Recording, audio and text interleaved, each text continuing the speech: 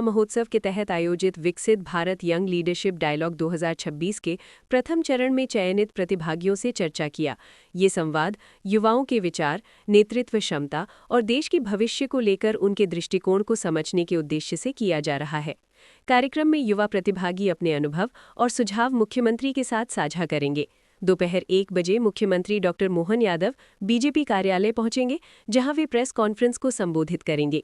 इसके बाद शाम को उनका असम दौरे का कार्यक्रम तय है। मुख्यमंत्री शाम 5 बजे भोपाल से असम के लिए रवाना होंगे। रात 8:35 पर वे असम की राजधानी गुवाहाटी पहुंचेंगे, जहां स्थानीय कार्यक्रम में भाग लेंगे। मुख्यमंत्री का रात्रि विश्राम भी गुवाहाटी में ही प्रस्तावित है। इस दौरे को लेकर राजनीतिक और प्रशासनिक स्तर पर भी खासा महत्व माना जा रहा है। कठिन हो गया क्या? अरे ऐसे जैसे चबा के कराएंगे, करेंगे कि नहीं करेंगे? आप बताओ जरा, मैंने क्लू दे दिया आगे कि हाँ बताओ। सर वो 32 बार चबा कर करते हैं। 32 बार चबा के करते हैं। नहीं, अब वो उसको तुम नीचे तक 32 बार करो, 100 बार करो। माध्यम एक चबा के हो गया। इनने आपने आईजी साहब बोल रहे हो कि पी के, मतलब एक पी के भी होता है, एक चबा के हो गया। और आगे माननीय संस्कृत में तो मुझे नहीं पता है, परंतु एक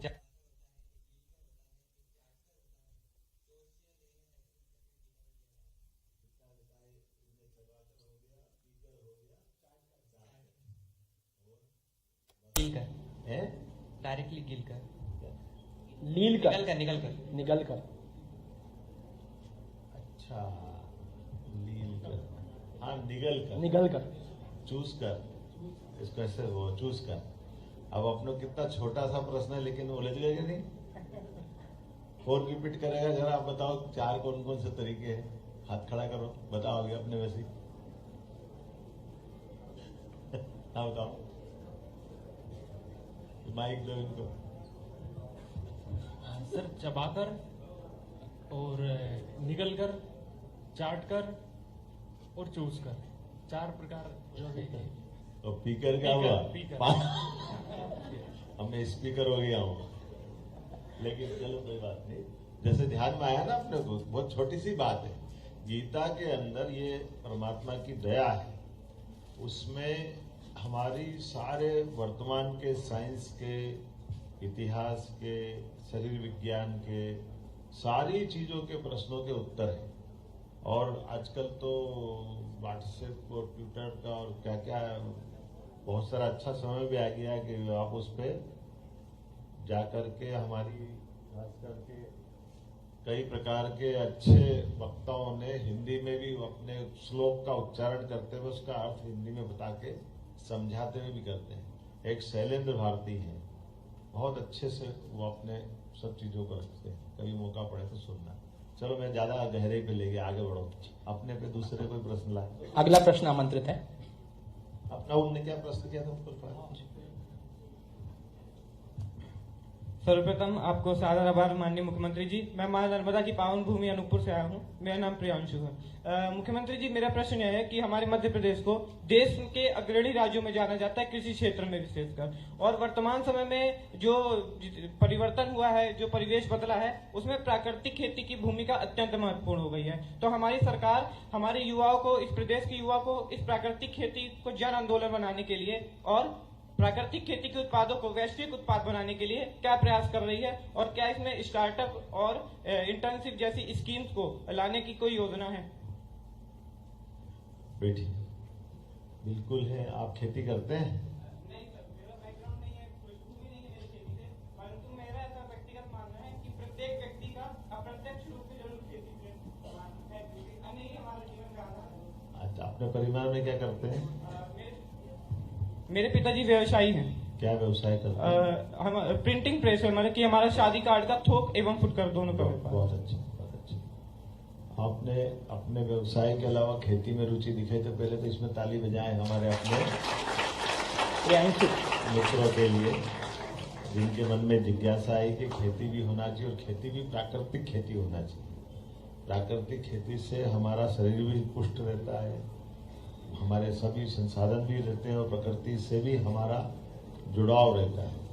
रासायनिक खेती से हमारे कीट पतंगे से लेके सारे लोगों का नाश भी होता है, लेकिन सच्चे अर्थों में हमारी पौष्टिकता का भी नुकसान हो जाता है ना, खाने के लिए जो जरूरी है।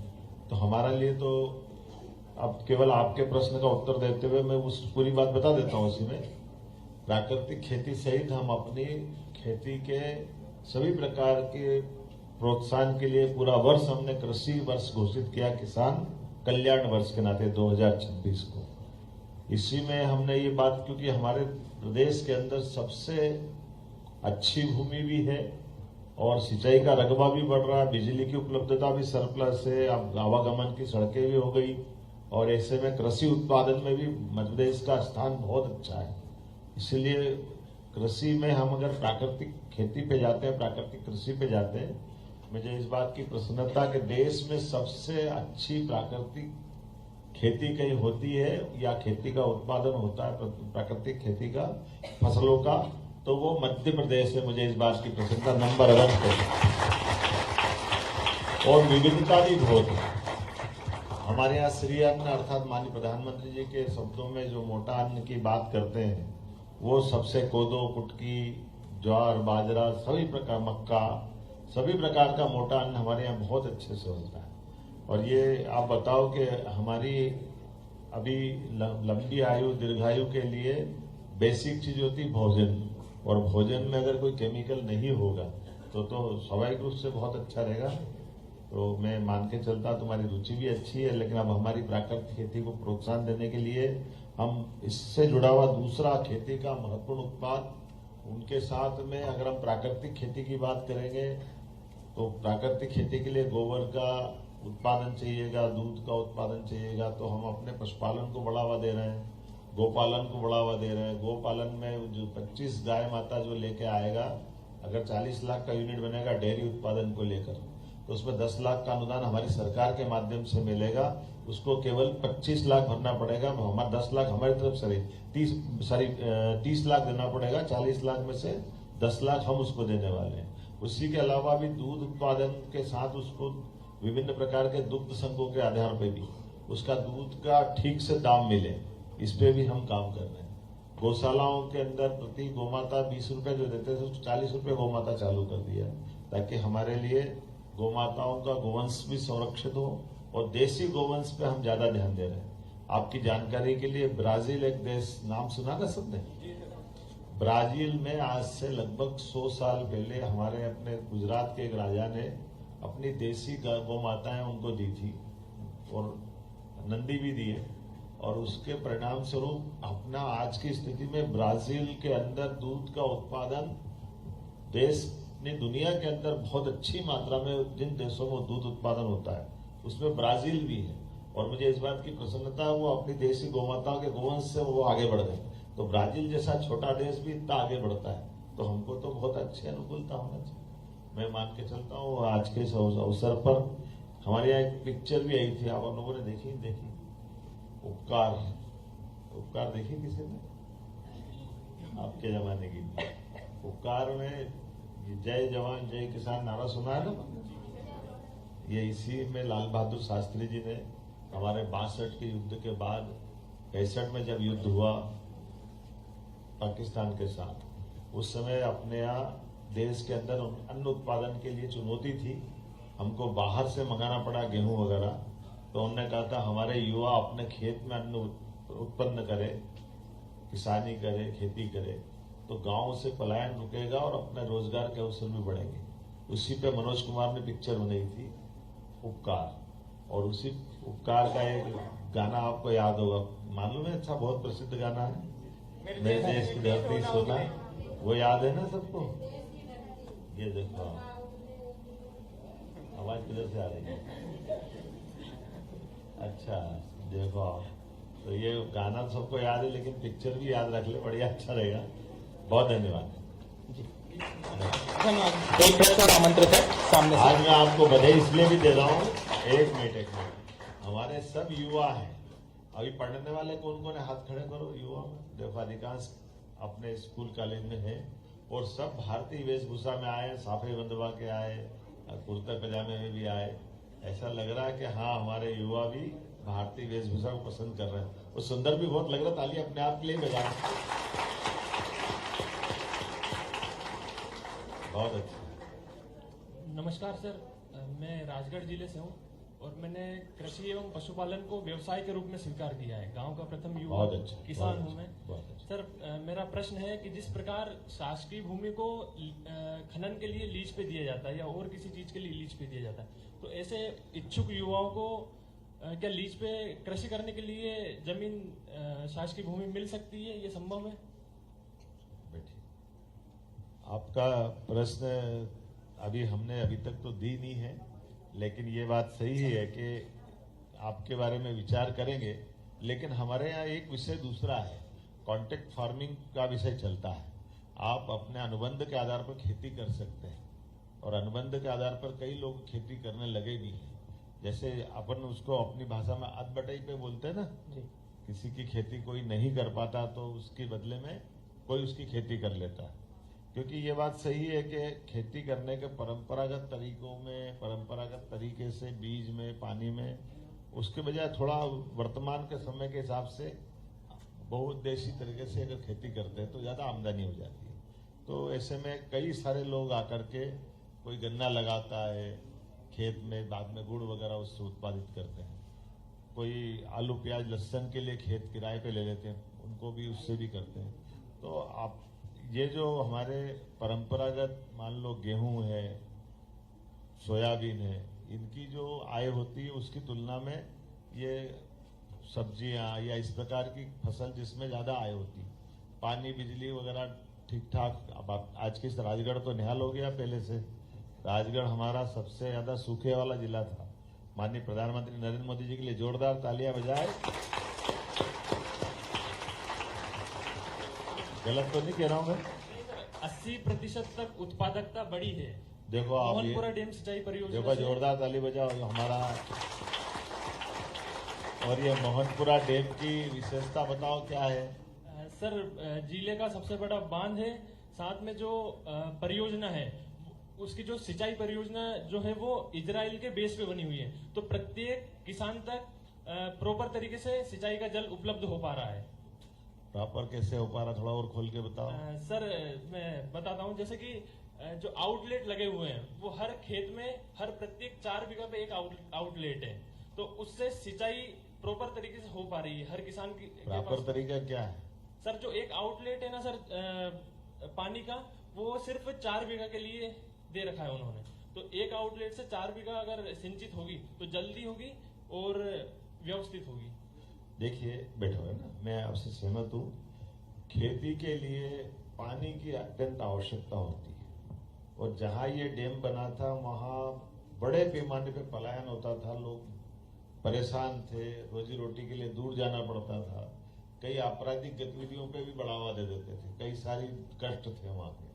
लेकिन अब उल्टा हो गया, अब लोग उस क्षेत्र में दूर दूर के लोग आकर के खेती करना चाहते हैं, क्योंकि पानी के लिए इतना अच्छा आपकी प्राणी के लिए सिंचाई पद्धति में डैम से पाइपलाइन से पानी आएगा और पाइपलाइन से ड्रिप इरिगेशन से सीधे फसल तक पानी पहुंचाएगा। एक बूंद भी पानी बिगाड़ने का नहीं, इतना बढ़िया। और ये पूरे देश का सबसे अच्छा मोहनपुरा डैम अपना मॉडल बना है। तो वाकई ये जोरदार अभिनंदन करें हमारे अपने इसी प्रकार के और सारी नदियों के एक एक बूंद पानी का उपयोग खेती की किसानी के लिए कराने के लिए यशस्वी प्रधानमंत्री ने आशीर्वाद दिया नदी जोड़ो अभियान के माध्यम से। और ये भी एक आंकड़ा है, अब जरा ध्यान में आएगा कि 1956 से लेकर 2002-03 तक केवल 7.5 लाख हेक्टेयर सिंचाई थी। कितने? और 2002-03 के बाद जब हमारी सरकार बनी तो लगभग 42 लाख हेक्टेयर तक हो गई। और आज अपने पास में हमारी सरकार बनने के बाद आज की स्थिति बात 42 लाख से बढ़ा करके आज हमारी 58 लाख हेक्टेयर तक सिंचाई हो रही है। ये अपनी सरकारों का किसानों के प्रति प्रतिबद्धता। ठीक, आगे बढ़ा जी। बहुत बहुत धन्यवाद माननीय मुख्यमंत्री जी। हम समय की सीमा का ध्यान रखते हुए हम आगे बढ़ते हुए हमको नेतृत्व दे रहे खेल एवं युवा कल्याण विभाग को नई ऊर्जा दे रहे और नए कीर्तिमान रचने के लिए इन युवाओं को पीछे से मार्गदर्शन दे रहे ऐसे हमारे मंत्री माननीय श्री विश्वास कैलाश सारंग जी हम सभी के बीच में उपस्थित हैं। मैं आपसे आग्रह करूंगा कि आपके आशीर्वचन हम सभी को प्राप्त हों।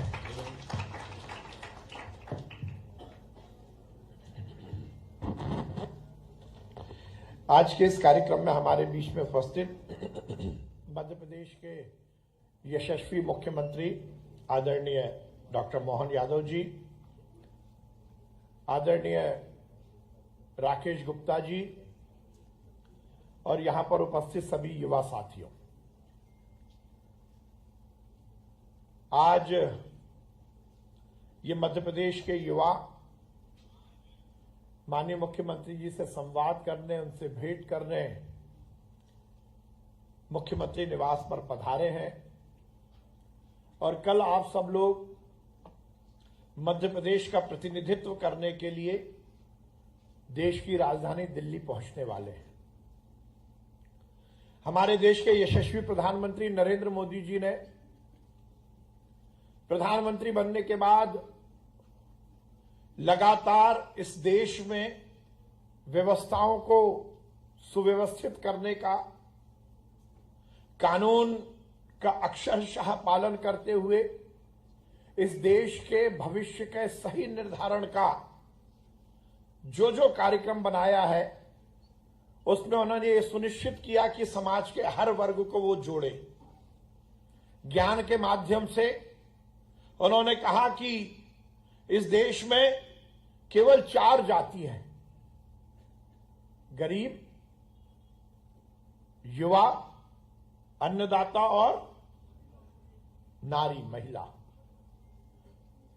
उन्होंने कहा कि इस देश को यदि बड़ा देश बनना है और 2047 में यह हिंदुस्तान जब अपनी आजादी के 100 वर्ष पूर्ण करेगा तो यदि स्वावलंबी, शक्तिशाली, वैभवशाली हिंदुस्तान बनाना है, विकसित हिंदुस्तान बनाना है, तो वो काम केवल और केवल इस देश के युवा ही कर सकते हैं।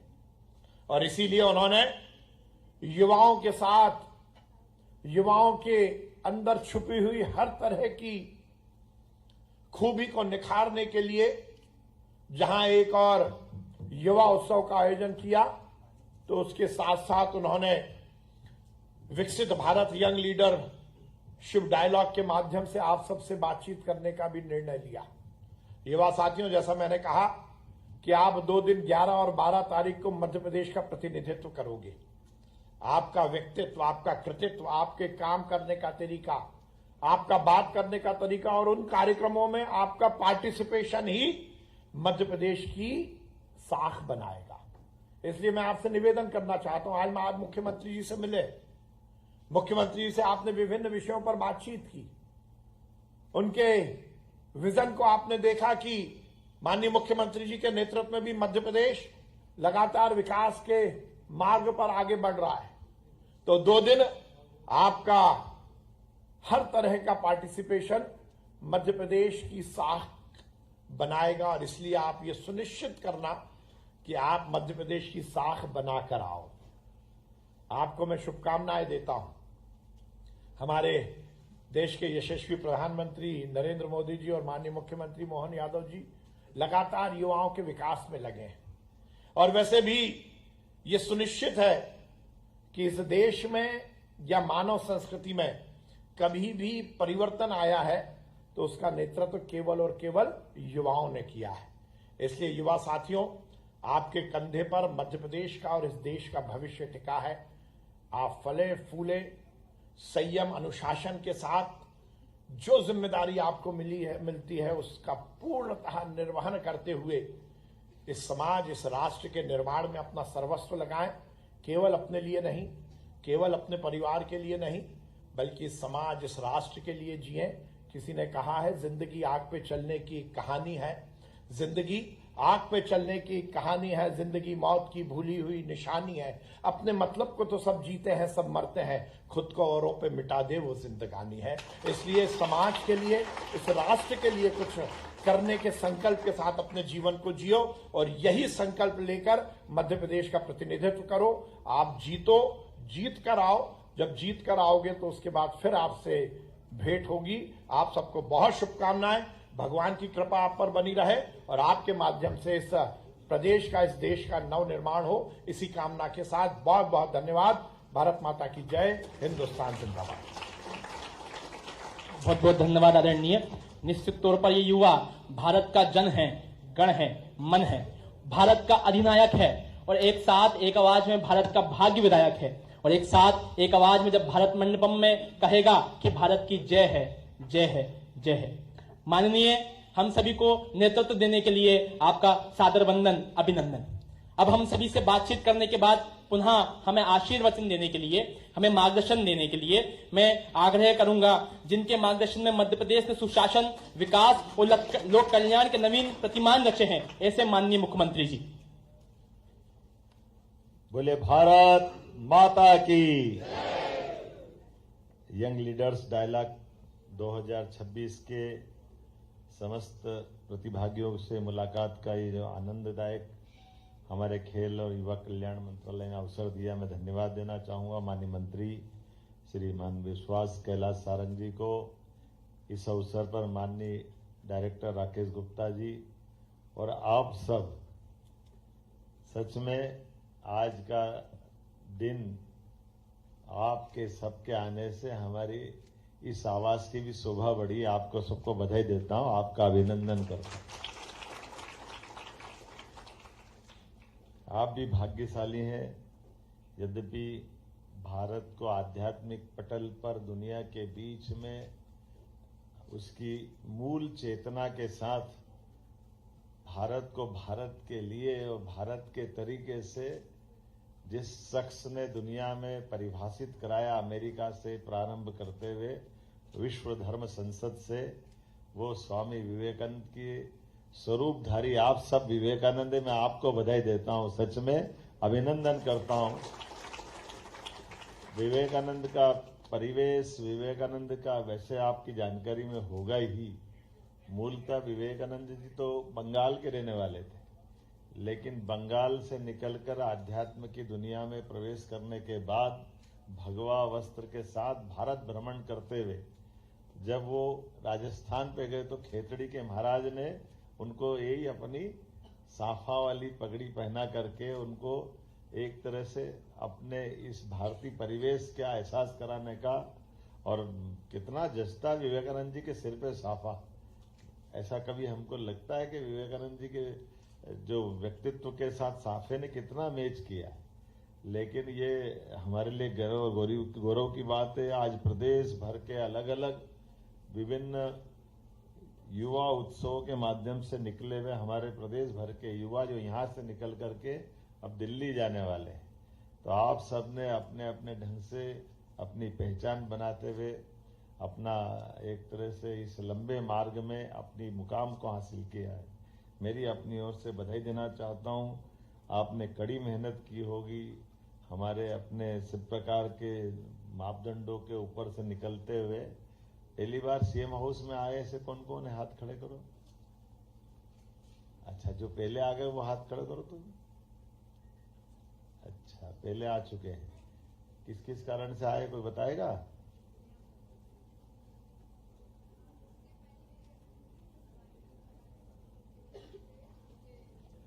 मिलने आए थे, बहुत अच्छे है। ठीक ठीक, बहुत अच्छा, बहुत धन्यवाद। बैठे बैठे कोई बात नहीं है ना, बताए बैठे। चलिए, जो आए पहली बार उनको बधाई और जो दूसरी बार उनको ज्यादा बधाई। आप भी सब आते रहेंगे। अभी लंबा चौड़ा भाषण देने का तो मौका नहीं है। आज तो आप सबसे मिलकर के देख करके आनंद आया। भारत दुनिया का सबसे युवा देश और भारत के अंदर हमारे राज्य में कुछ ही राज्य ऐसे जहां सबसे तेज गति से युवा शक्ति बढ़ रही है, उसमें मध्य प्रदेश भी है। ऐसे में आज हमारे अपने देश के सामने माननीय प्रधानमंत्री जी के नेतृत्व में भारत जब दुनिया की तीसरी आर्थिक ताकत की तरफ आगे बढ़ रहा है और परमात्मा चाहेगा आपके सबके सामने 25 साल का टारगेट है 2047 तक भारत दुनिया का नंबर 1 देश बने, ऐसी आकांक्षा और ये जवाबदारी आप सबकी है। आप सबको बधाई देते हुए मेरी बात समाप्त करता हूं। बहुत बहुत धन्यवाद।